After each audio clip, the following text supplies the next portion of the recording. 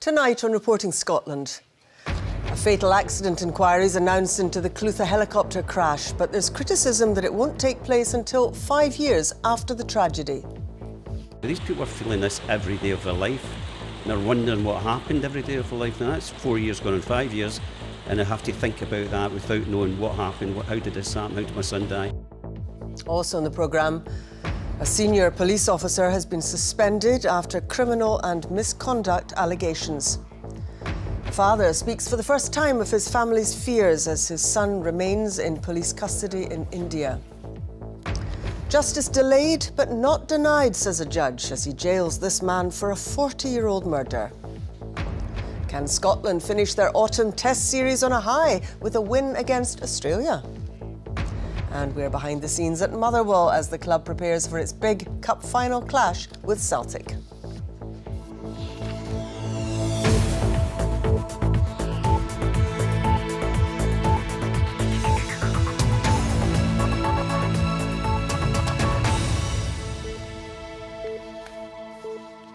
Good evening. A fatal accident inquiry will take place into the Clutha helicopter crash, but it won't start until nearly 5 years after the tragedy happened. Lawyers representing dozens of victims say the delay is unacceptable and they're calling for an overhaul of the system to speed up the process. The Crown Office has also said there'll be no criminal proceedings because of insufficient evidence. Here's Rival Alderson. A black night at a Clydeside pub where the police helicopter plunged onto the roof of the bar where customers were enjoying a live band playing. The announcement of a fatal accident inquiry comes just days before the 4th anniversary of the tragedy. It happened on November the 29th, 2013. 10 people died, the pilot and 2 police officers, along with 7 in the bar. 32 were injured. Within days, the Air Accident Investigation Branch published a preliminary report saying the aircraft was carrying 95 litres of fuel. 2 months later, a special report said its engines had flamed out. Pumps to take fuel from a reservoir to the engine tanks were switched off. In October 2015, almost 2 years after the crash, the AAIB final report was published detailing mismanagement of the fuel system. Now, a further 2 years on, a fatal accident inquiry has been announced. The Crown Office said it appreciated that a wait for a decision regarding proceedings must have been very stressful and difficult for those involved. But they'll have to wait even longer because it's not likely that a preliminary hearing in the FAI will take place until the autumn of next year, with a full hearing not beginning until 2019, well after 5 years following the tragedy. The Clutha bar's open for business again, but its owner says it's been too long for those affected to have to wait for answers. These people are feeling this every day of their life, and they're wondering what happened every day of their life. Now that's 4 years gone on 5 years, and they have to think about that without knowing what happened, how did this happen, how did my son die. You know, all that sort of thing are going through their minds every day of their life. They need it done as quick as possible. One reason for the length of time it's taken since the tragedy is that an exhaustive and highly complex technical inquiry was carried out by the Air Accident Investigation Branch, but it reported more than 2 years ago. Lawyers representing bereaved families and some of the 32 customers and staff injured welcomed the news of the inquiry, but said its remit must be as broad as possible. I'll firstly be honest and say I'm entirely cynical about the timing of this announcement. I'd say that it raises far more questions than it answers. The families want to know everything from start to finish about the regulation of helicopter travel, the involvement of the police, training. They need to know everything. No stone must be left unturned for them to have any faith in the process, because until now I don't think that faith exists. In its statement, the Crown Office said there'll be no criminal proceedings following the crash, although it said it would review that if fresh evidence emerged during the inquiry. A senior police officer in Police Scotland has been suspended while an investigation into criminal conduct is underway. The officer is either a deputy or assistant chief constable. Rival Alderson is here to tell us more. This story just breaking, Rival, but what's the latest? Well, I understand it is in fact an Assistant Chief Constable, and he has been suspended from duty pending the outcome of an investigation by the Independent Police Investigations and Review Commissioner. Now, they received anonymous allegations, and they looked at them, they realised that there was an allegation of criminal conduct, they passed it to the Crown Office. The Crown Office has asked the PERC actually to carry out an investigation, because it does have these quasi-police powers to investigate criminal matters. And during the course of their investigation so far, they've also realised that there's the possibility that this officer, we don't know whether it's a male or a female, is perhaps guilty of gross misconduct. That was then passed back to the Scottish Police Authority, the body which oversees Police Scotland, and they have said that the PERC should investigate that as well. So what we do know, we don't know any more about it than that, but what we do know is that this is nothing to do with the current PERC investigations, there are 3 of them, into the Chief Constable Phil Gormley, who is currently on special leave. And we also understand that it is nothing to do with the other investigations carried out by Durham Constabulary and the Police Service of Northern Ireland into the activities of officers in the counter-corruption unit, which basically went too far when they were trying to discover the source of a journalist's information. But as is implicit in what you say there, this is just the latest in a series of crises at Police Scotland. It's an appalling mess. I mean, Phil Gormley is the 2nd Chief Constable in the 4.5 years of the force. We are now, just last week, onto our 3rd chair of the Scottish Police Authority, after Andrew Flanagan, the 2nd chair, announced his resignation amid claims about his conduct. Susan Deakin, the former Labour Health Minister, has taken over just last week, and she's going to have some her work cut out in the next couple of months. These allegations, of course, are swirling around Phil Gormley, who is on leave. In the meantime, the force is being looked after by the Deputy Chief Constable Ian Livingston, who himself came back from his intention to resign early to take care of the force. Quite a saga. Thank you very much. Revel Alderson, thank you. The father of a Dumbarton man who's been arrested in India has spoken exclusively to the BBC about his son's ordeal. Jagtar Singh Johal appeared again in court today and remains in police custody after new charges were brought against him. He was arrested more than a fortnight ago and charged with conspiracy to murder. Nina MacLeod has this report. Talking publicly for the first time since his son's arrest, Jasbir Johal is heartbroken. He says his son wasn't even in India at the time the Punjab police say he was. He'd been to India in April, there for 4 or 5 weeks. Then he come back into get married. If they have any doubt, why they not stop there and then? 30-year-old Jagtar Singh Johal was originally arrested by the Punjab police on the 4th of November on charges of conspiracy to murder a prominent right-wing Hindu leader. Today, he appeared back in court on a new charge of being the main conspirator in the murder of a Christian priest in July this year. He was then returned to custody. Jagtar's lawyer also said the 30-year-old had been tortured. The police in Punjab deny this. After today's hearing, the British Deputy High Commissioner in Punjab confirmed simply that he'd spoken to Jagtar. Earlier today we visited a British national who's in detention here in Ludhiana. We will report to the family. That's what we will do. Jagtar's arrest has already been raised at Westminster, and his brother says the support they have received is humbling. People that have heard about this are writing letters to the MPs, are writing to the government saying do something. And as a result of this public outcry, we've had the questions asked in Parliament. But for Jasbir, it's the emotional impact his son's arrest is having on the wider family that is the hardest to bear. I got 3 sons, my mother-in-law, father-in-law, they stay with us as well. They're really older people as well, but they're more worried than us what happened to her. And it's about see them on the ground, the wee one.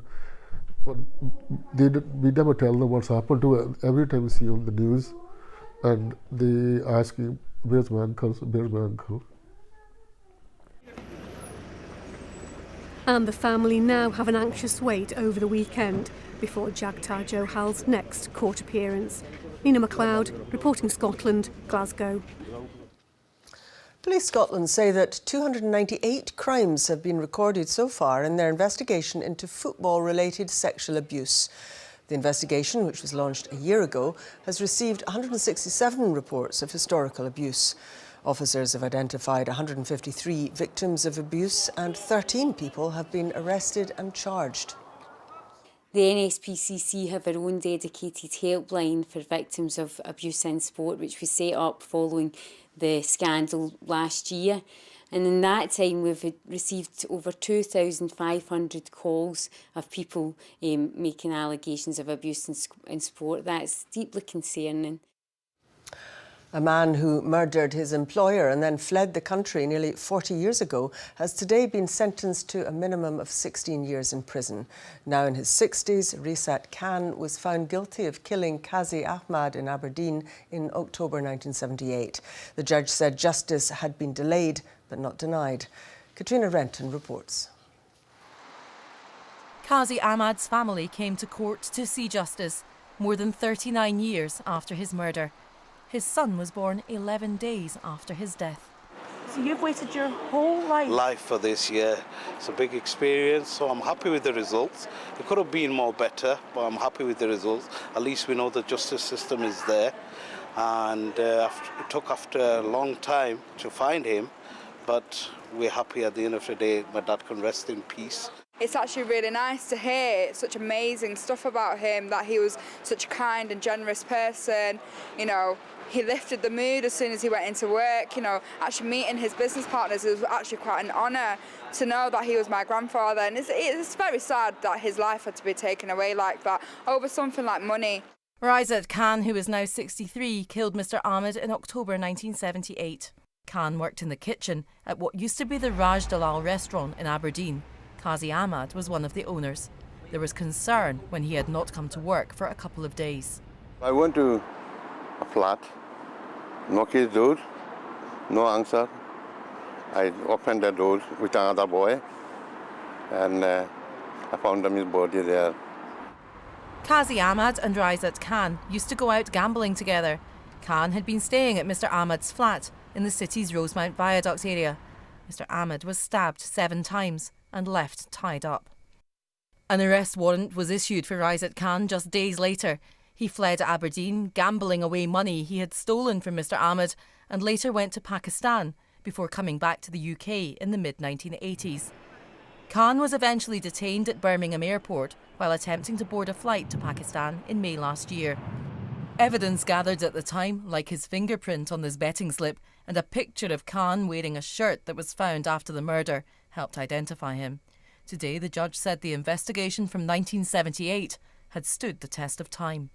The judge, Lord Beckett, told Risat Khan that as a result of your vicious assault, Mr Ahmad lost his life at the age of 41, and his family, whom he was supporting, lost him forever. But you, on the other hand, he said, were at liberty for more than 37 years before you were arrested. Justice, he said, was delayed, but justice has not been denied. Risat Khan will serve at least 16 years in prison before he can be considered for parole. Katrina Renton reporting Scotland at the High Court in Glasgow. It's Black Friday, one of the busiest shopping days of the year, and it's expected to continue over the weekend, with retailers making sales worth hundreds of millions of pounds between now and what's called Cyber Monday.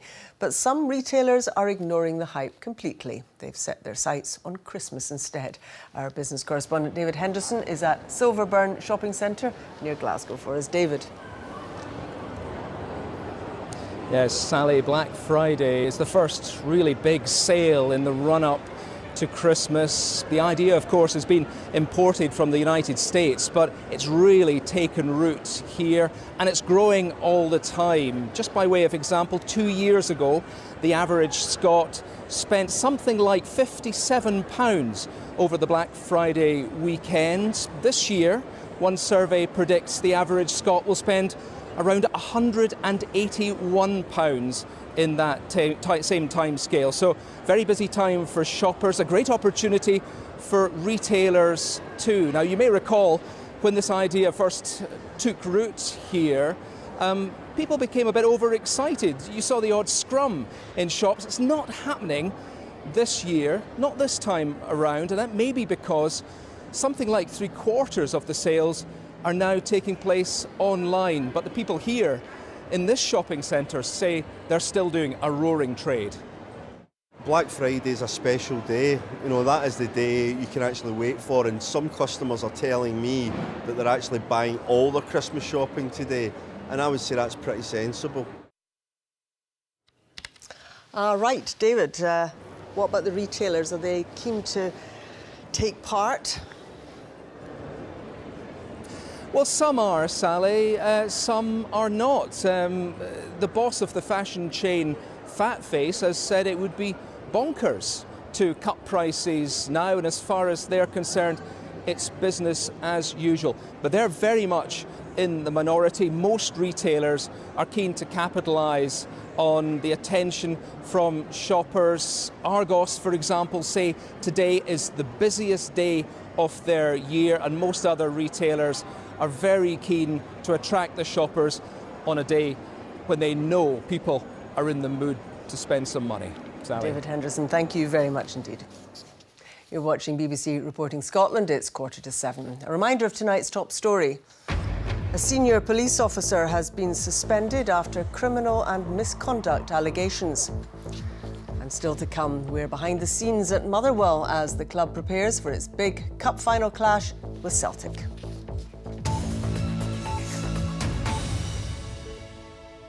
Police have sealed off an area in the West End of Dundee after an 18-year-old woman was raped. The teenager was attacked in the city's West Henderson's Wynd at about 8:15 last night. Members of the public disturbed the attacker, who ran off in the direction of Guthrie Street. To try and help jog people's memory, what we can say is that the female victim was wearing a distinctive yellow coat. The male is described to us as white, with a Scottish accent, about 5'7" to 5'8" in height, with very short hair, wearing what we believe to be a dark coloured hooded top. Ministers have appointed an independent group to examine the possibility of licensing shooting estates. The move is in response to a study of satellite-tagged golden eagles. It concluded that a third of the birds had died suspiciously. Gamekeepers say such a move would threaten the jobs of people who are acting legally. The panel will also look at mountain hare culls and other moorland practices.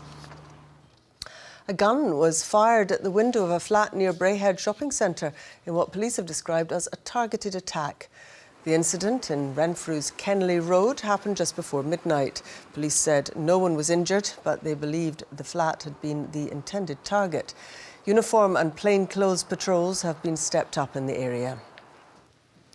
The Scotland rugby team finish off their autumn test series tomorrow, playing Australia at Murrayfield. So far, it's been one narrow win and one narrow defeat for Gregor Townsend's men. And as Brian McLaughlin reports, tomorrow's match is likely to be another close encounter.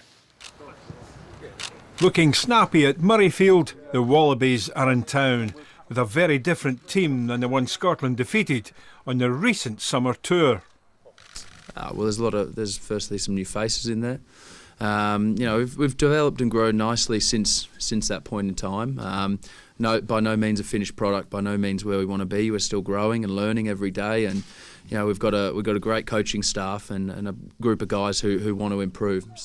That defeat stung the tourists, and they say they know exactly who the danger men for Scotland will be.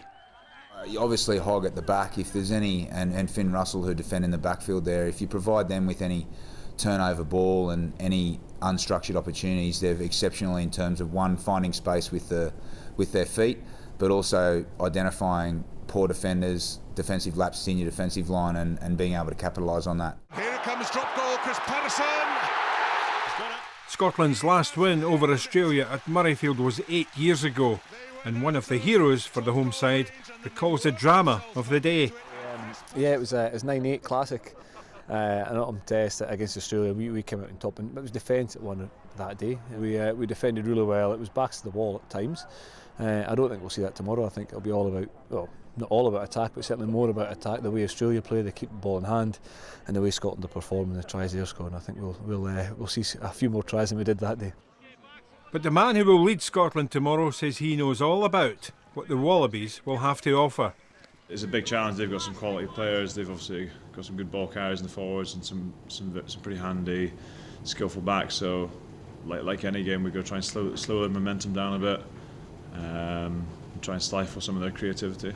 Tomorrow another 67,000 fans will be packed here inside Murrayfield to see if Scotland can get the better of Australia and finish off the autumn Test series with a flourish. Brian McLaughlin reporting Scotland, Murrayfield. In football, Derek McInnes insists he's happy managing Aberdeen and has no plans to leave. McInnes had been Rangers' preferred candidate to replace Pedro Caixinha, who left Ibrox a month ago. His Pittodrie chairman, Stuart Milne, says his manager is committed to Aberdeen. And today McInnes said any talk of him going to Rangers was speculation and he only wanted to talk about the weekend match against Kilmarnock. I feel it's important that we move on, and that's why I totally endorse what the chairman said and happy, as I say, to reiterate everything he said on it. You know, I think everybody gets a bit exasperated about it.